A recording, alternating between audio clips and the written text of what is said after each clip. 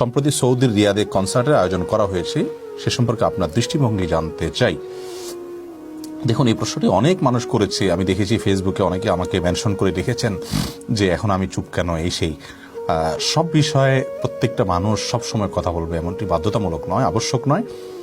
Saudi আরবে যে কনসার্টের আয়োজন হচ্ছে, নাচ গানের অ্যারেঞ্জ হচ্ছে, পাবলিকলি সেটা করা হচ্ছে, এটা হারাম এবং নিষিদ্ধ, সেটা বোঝার জন্য আলেম হওয়ার প্রয়োজন নেই। যে কোনো সাধারণ মুসলমান মাত্রই আমরা বুঝতে পারি।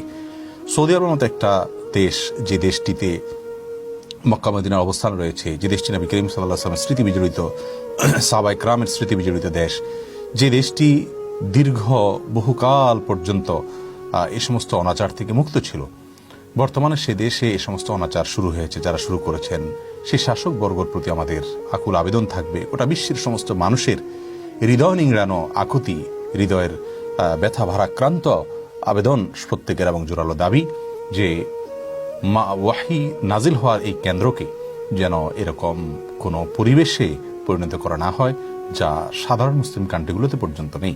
আল্লাহ তাআলা হেদায়েত করুন সৌদি শাসকদেরকে। আমরা দোয়া করি তাদের জন্য, তাদের দ্বারা যেন কল্যাণমূলক কাজ হয়, অকল্যাণমূলক কাজ যেন না হয়, উম্মার কল্যাণে যেন তারা আসে, তাদেরকে সেই হেদায়েত যেন আল্লাহ তাআলা দান করেন। আমরা দোয়া করি সেই কনসার্ট যেগুলোর আয়োজন করা হচ্ছে, পর্দাহীনতাকে প্রমোশন করা হচ্ছে, অশ্লীলতা এবং হারাম কাজগুলো করা হচ্ছে, সেগুলোকে মনের গভীর থেকে প্রত্যেক ইমানদারই ঘৃণা করতে বাধ্য। এটা আমাদের ইমানের দাবি, সেটা আমরা করছি।